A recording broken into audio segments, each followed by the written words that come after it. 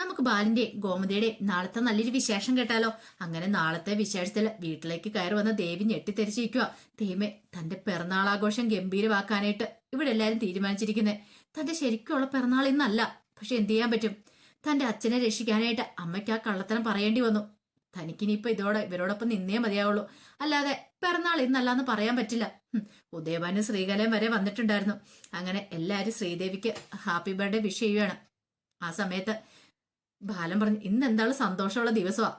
മോൾ ആദ്യമായിട്ട് ജോലിക്കും പോയി. പിന്നെ മോളുടെ പിറന്നാളല്ലേ, പിറന്നാൾ ദിനത്തിൽ തന്നെ ഇരട്ടി മധുരമല്ലേ. അത് കേട്ടതും ശ്രീദേവി പറഞ്ഞു, അതെ അതെ അതെ ബാലച്ച.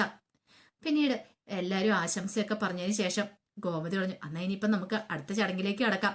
കേക്ക് കെട്ടിയിട്ടുണ്ടെന്ന് ചോദിക്കുകയാണ്. അങ്ങനെ കേക്കൊക്കെ കൊണ്ടുവന്ന് വെച്ചു. അതെല്ലാം കണ്ടു കഴിഞ്ഞപ്പം ശ്രീദേവിയുടെ നെഞ്ചു പൊട്ടുവാണ്.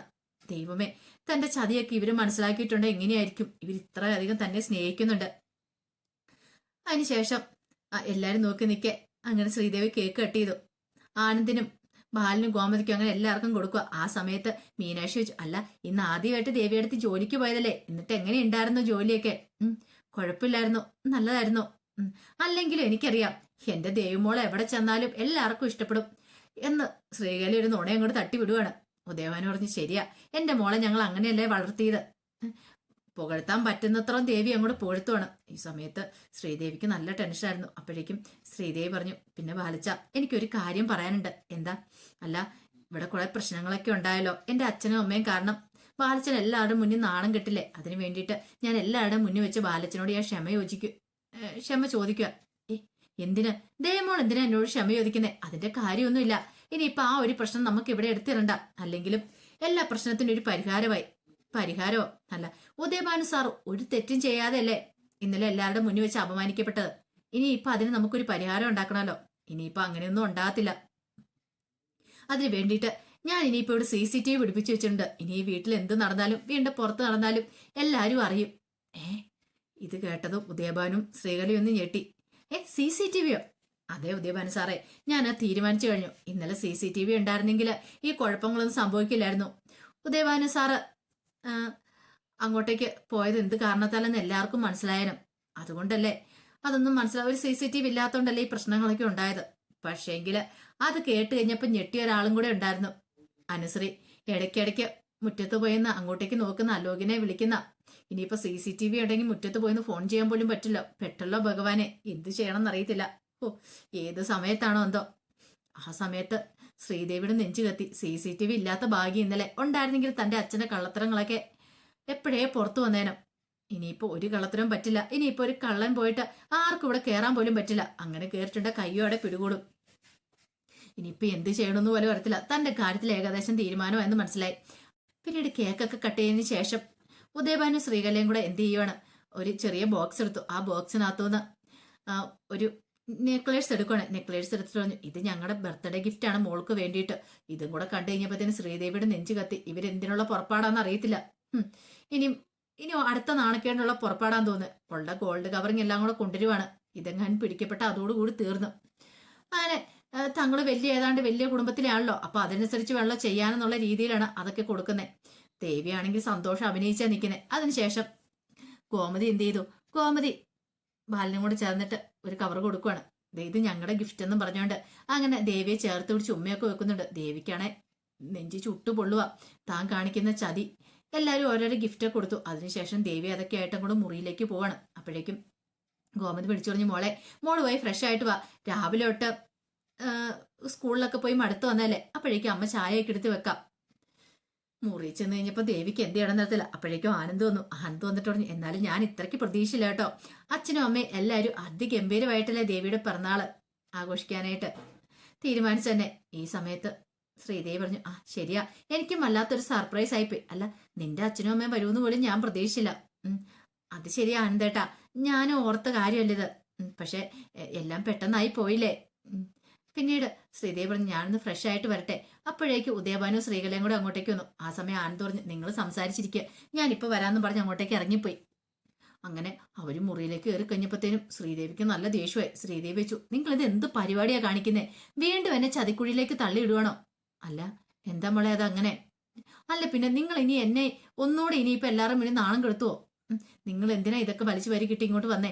ഇന്നലെ അച്ഛൻ രക്ഷപ്പെടാനായിട്ട് അമ്മ ഒരു കള്ളത്തരം പറഞ്ഞു. ഇന്ന് നിങ്ങൾക്ക് ഇങ്ങോട്ടേക്ക് വരേണ്ട കാര്യം ഉണ്ടായിരുന്നോ?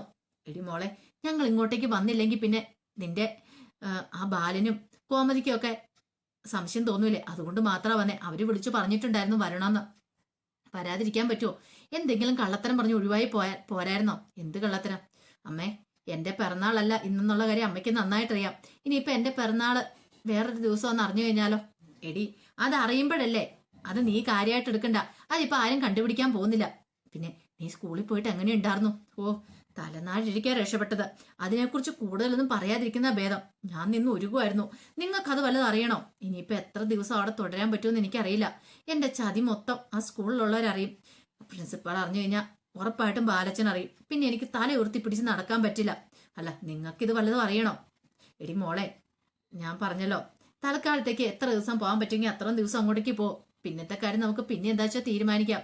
നീ വേറൊന്നും ഓർത്തിപ്പോ ടെൻഷൻ അടിക്കാനൊന്നും പോണ്ട. അതെ അതെ, ഇനി എന്ത് പറഞ്ഞാലും നിങ്ങൾക്ക് ഓരോ മുട്ടായത്തെ ന്യായങ്ങളുണ്ടല്ലോ. ഞാനല്ലേ ഇതിനകത്ത് കിടന്ന് പെടുന്നേ.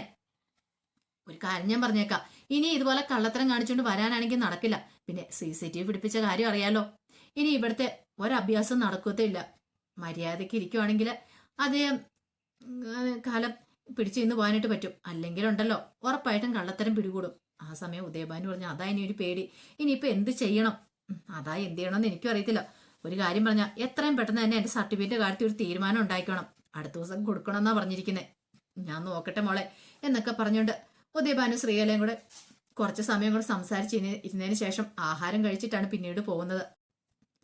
പിന്നീട് ആകാശ് മുറിയിലേക്ക് വന്നു കഴിഞ്ഞപ്പോൾ മീനാക്ഷി അങ്ങോട്ടേക്ക് ചെന്നു. അതിനുശേഷം ആകാശിനോട് മീനാക്ഷി പറഞ്ഞു, എനിക്കൊരു കാര്യം പറയാനുണ്ട്. എന്ത് കാര്യം? അല്ല, ഇന്ന് അച്ഛനെങ്ങാനും ആകാശിനെ വിളിക്കോ മറ്റോ ചെയ്തായിരുന്നോ? വിളിച്ചായിരുന്നു. അല്ല, എന്താ സംസാരിച്ചേ? അതിപ്പോ എല്ലാ കാര്യങ്ങളും പറയാൻ പറ്റുന്നതാണോ? അപ്പൊ അതേപോലെ തന്നെ സംസാരിച്ചു. പിന്നെ ആ കടയുടെ കാര്യത്തെക്കുറിച്ചൊക്കെ അത് കേട്ടത് മീനാക്ഷി പറഞ്ഞു, ഇത് ആകാശ്, ഒരു കാര്യം ഞാൻ പറയാം. ആ കടയുടെ കാര്യമായിട്ട് മുന്നോട്ട് പോകണ്ട. അത് ഞാൻ ആകാശിനോട് മുമ്പ് പറഞ്ഞല്ലേ. പിന്നെ ഇപ്പൊ കടയില് അച്ഛൻ 1000 രൂപ കൂടെ കൂട്ടിത്തരാന്ന് പറഞ്ഞില്ലേ മാസം? ഓ, ഇത്ര പെട്ടെന്നാ നിന്റെ കാതിലെത്തിയോ? 1000 രൂപ കൂട്ടിത്തരുന്നതാണോ വലിയ കാര്യം? എന്താ ആകാശേ, ആകാശിന് അത് ചെറിയ കാര്യമാണോ? ഇത് കേട്ടതോ ആകാശ് പറഞ്ഞു, അതൊക്കെ അവിടെ നിൽക്കട്ടെ മീനു. ഞാൻ എന്താളും ഒരു കാര്യം തീരുമാനിച്ചിട്ടുണ്ട്. അങ്കിള് പറഞ്ഞിട്ടുണ്ട് ആ കടയുടെ കാര്യത്തിൽ എത്രയും പെടുന്ന തീരുമാനം ഉണ്ടാക്കണം. ഒരു സൂപ്പർ മാർക്കറ്റ് അതുമായിട്ട് മുന്നോട്ട് പോകാൻ തന്നെ തീരുമാനിച്ചിരിക്കുന്നത്. അല്ലെങ്കിലും ഈ കടയുമായിട്ട് ഇരുന്നിട്ടുണ്ടെങ്കിൽ എനിക്ക് ഒരു കാലത്ത് ഒരു നല്ലൊരു ഇതൊന്നും നടക്കത്തില്ല. പിന്നെ ഞാൻ എന്തിനാ വെറുതെ ഈ കടയും കെട്ടിപ്പിടിച്ചിരിക്കുന്നത്? അപ്പോഴേക്കും നല്ല ദേഷ്യം വന്നു മീനാക്ഷിക്ക്. മീനാക്ഷി പറഞ്ഞു, ദേ, ഒരു കാര്യം ഞാൻ പറഞ്ഞേക്കാം. ആകാശ് ഇതുമായിട്ട് മുന്നോട്ട് പോയിട്ടുണ്ടെങ്കിൽ എനിക്ക് അതിനോട് യോജിക്കാൻ പറ്റില്ല. പിന്നെ ആകാശ് ഒരു ബിസിനസ് തുടങ്ങുവാണെങ്കിൽ അത് സ്വന്തം കാശ് കൊണ്ട് പണിയണം. അല്ലാതെ എന്റെ വീട്ടിൽ നിന്ന് എന്റെ അച്ഛന് ക്യാഷ് മേടിച്ച് ഉണ്ടാക്കേണ്ട കാര്യമൊന്നുമില്ല. ഇത് കേട്ടപ്പോ ആകാശ്, നീ എന്താ മീനു ഇങ്ങനെ പറയണേ? ഞാൻ ഉള്ള കാര്യം പറയണേ. അത് മാത്രമല്ല, ആകാശിന് അറിയാലോ, ഗോമതി സ്റ്റോഴ്സ് ബാലന്റെ മോന് ഗോമതി സ്റ്റോഴ്സിന്റെ അടുത്ത് തന്നെ പോയി സൂപ്പർ മാർക്കറ്റ് പണിയുക, അതും അമ്മായച്ചനോടൊപ്പം ചേർന്നിട്ട്. അത് ശരിയായ കാര്യമാണോ? അറിയുന്ന ആൾക്കാരൊക്കെ എന്താ പറയുന്നേ? അതിന്റെ ആവശ്യമുണ്ടോ വെറുതെ ആൾക്കാരെ കൊണ്ട് അതും ഇതും പറയിക്കാനായിട്ട്? ഇത് കേട്ടപ്പോ ആകാശം അവിടെ സഹിച്ചില്ല. ആകാശ് പറഞ്ഞു, ഇതേ മീനു, വെറുതെ നമ്മൾ ഈ പ്രശ്നത്തിൽ തലയിടണ്ട. ഈ പ്രശ്നം അങ്ങോട്ട് വിട്ടേരെ. നമ്മൾ ഇതിനെക്കുറിച്ച് സംസാരിക്കുകയും വേണ്ട. പിന്നെ നിന്റെ ഓഫീസിന്റെ സർട്ടിഫിക്കറ്റ് കിട്ടാണ്ട് മിക്കവാറും നാളെ അച്ഛനും ഞാനും കൂടെ ഓഫീസിലേക്ക് വരും.